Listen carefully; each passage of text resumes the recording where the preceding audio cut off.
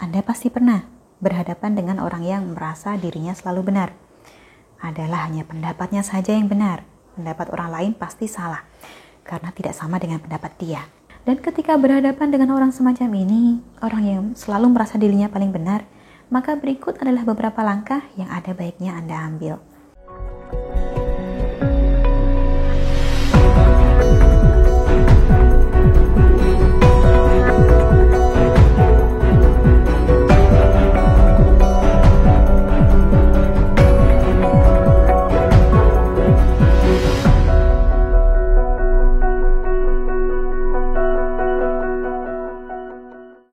Salam Rahayu, kembali lagi dengan saya Dewi Suntari. Apa kabar Anda hari ini? Semoga selalu sehat dan selalu diberikan kemudahan dimanapun Anda berada.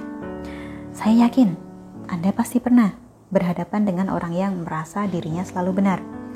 Adalah hanya pendapatnya saja yang benar. Pendapat orang lain pasti salah, karena tidak sama dengan pendapat dia.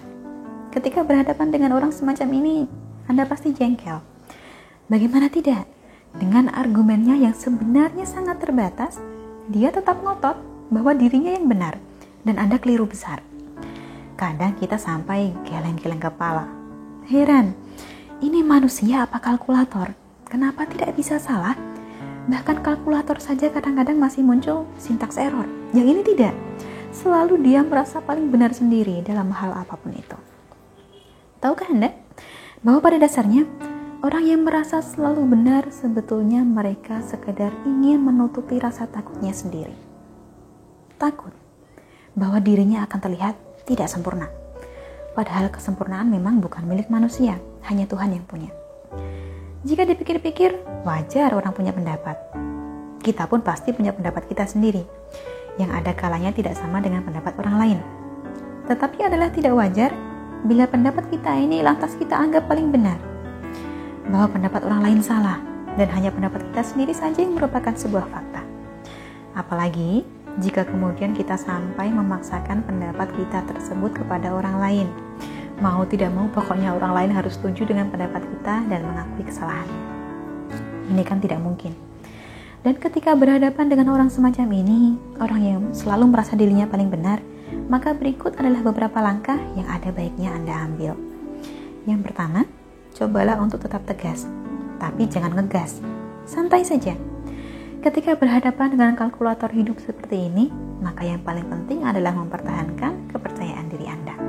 Anda tahu bahwa Anda punya argumen yang masuk akal, bisa dinalar, bukan sekedar didasarkan pada perasaan tidak suka saja.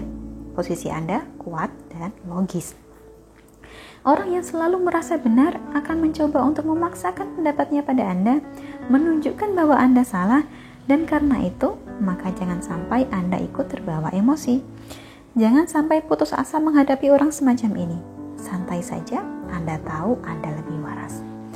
Lalu yang kedua, lengkapi bukti-bukti. Orang ini akan terus berupaya untuk mematahkan argumen Anda.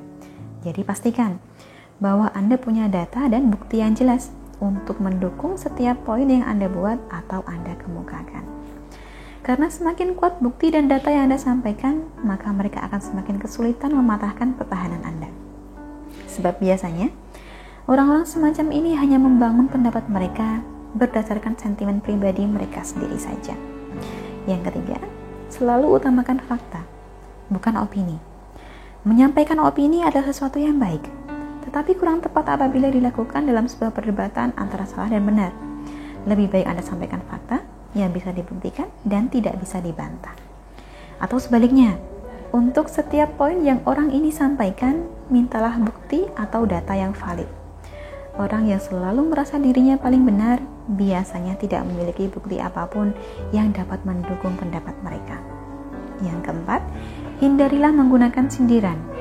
Lebih baik tidak perlu menyindir. Sebab sindiran seringkali dianggap sebagai sesuatu yang rendah, yang sekedar digunakan untuk menyakiti atau menghina orang saja. Anda kan tidak ada niat untuk menyakiti orang ini, tidak ada niat untuk menghina dia juga. Jadi sekalipun menyindir itu gampang, tapi seringkali sindiran tidak akan memperkuat posisi Anda, malah hanya akan membuat Anda terdengar remeh di hadapan lawan bicara Anda ini. Selanjutnya, yang kelima, pikirkanlah kembali berbagai kemungkinan. Hanya karena Anda tahu benar bahwa orang ini memang selalu merasa paling benar, tidak lantas berarti bahwa ia tidak pernah benar. Biar saja, kali ini pendapat kita yang salah. Maka pertimbangkanlah juga sudut pandang mereka untuk beberapa saat. Siapa tahu, yang mereka sampaikan itu memang benar adanya. Karena ingat, bahkan jam dinding yang rusak dan mati sekalipun, sehari tetap benar 2 kali. Kemudian yang terakhir atau yang keenam, ada kalanya Anda perlu meninggalkan perdebatan ini. Apalagi kalau makin lama makin berputar-putar tidak karuan. Mungkin saja perdebatan ini memang tidak layak untuk benar-benar diperdebatkan secara dewasa dan waras. Simpan energi Anda untuk perdebatan lain yang lebih penting. Berbesar hatilah dan jangan ragu untuk mengalah bila memang Anda merasa bahwa perdebatan ini tidak seberapa penting.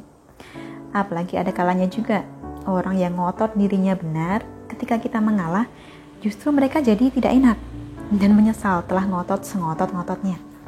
Kurang lebihnya itulah 6 cara yang bisa kita ambil ketika berhadapan dengan orang yang selalu merasa dirinya benar. Jadikan wawasan saja, semoga kewarasan kita selalu terjaga meskipun hidup mempertemukan kita dengan orang semacam ini. Jadi saya cukup sekian, terima kasih telah menyaksikan, sampai jumpa di kesempatan berikutnya dan salam rahayu.